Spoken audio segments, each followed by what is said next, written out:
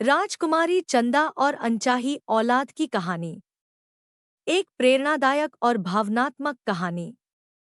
बहुत समय पहले की बात है। भारत के एक छोटे लेकिन समृद्ध राज्य चंद्रपुर में राजा वीरेंद्र और रानी सुरभि राज करते थे।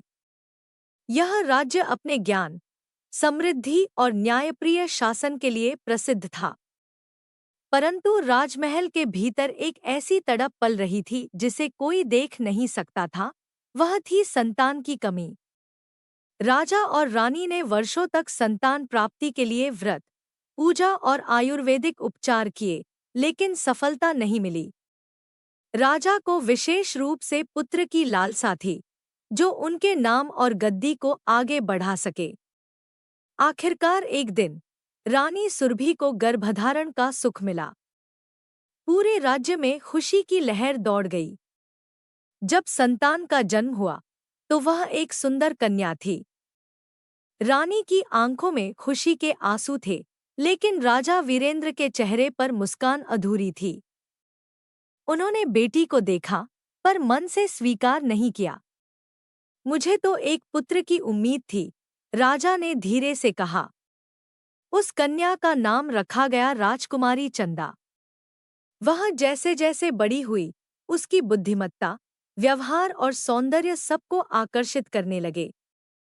वह हर कला में निपुण थी, घुड़सवारी, धनुर्विद्या, संगीत और शास्त्र। उसने हर क्षेत्र में महारत हासिल की। लेकिन फिर भी चंदा के जीवन में एक खालीपन था, पिता का प्रेम। राजा हमेशा उसे औपचारिकता से देखते। वे दरबार में राजकुमारों को प्रशिक्षण देते, पर चंदा को केवल राजा की बेटी तक सीमित रखते।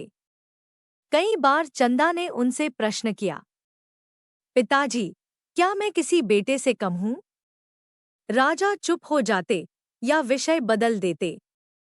रानी सुरभि हर रात अपनी बेटी को गले लगाकर समझाती, बेटी, तू चंद्रपुर की असली रोशनी है। तू चाहे बेटी हो या बेटा, तू इस धरती की रानी बनने के योग्य है। समय बीतता गया।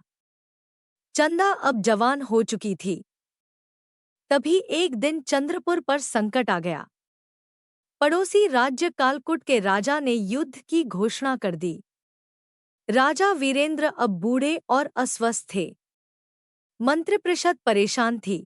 कोई योग्य सेनापति नहीं था जो चंद्रपुर की सेना का नेतृत्व करे। उसी समय चंदा ने दरबार में प्रवेश किया और ऊंचे स्वर में कहा, यदि अनुमति दें तो मैं अपनी मातृभूमि की रक्षा कर सकती हूँ।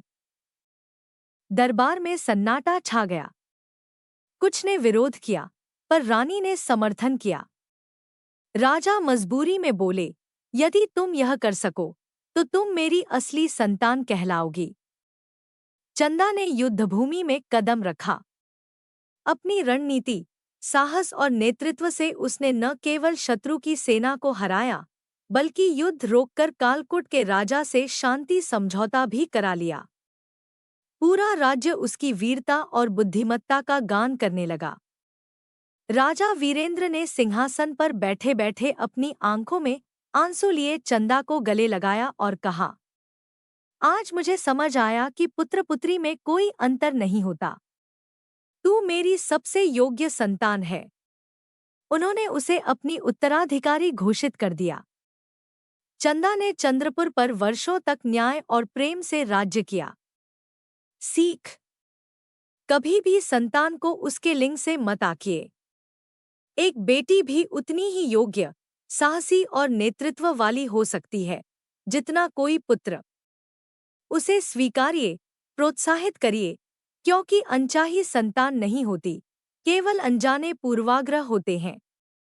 धन्यवाद। अगर आपने यहाँ तक वीडियो देखा तो मेरे चैनल को लाइक करें, सब्सक्राइब करें और शेयर ज़रूर करें।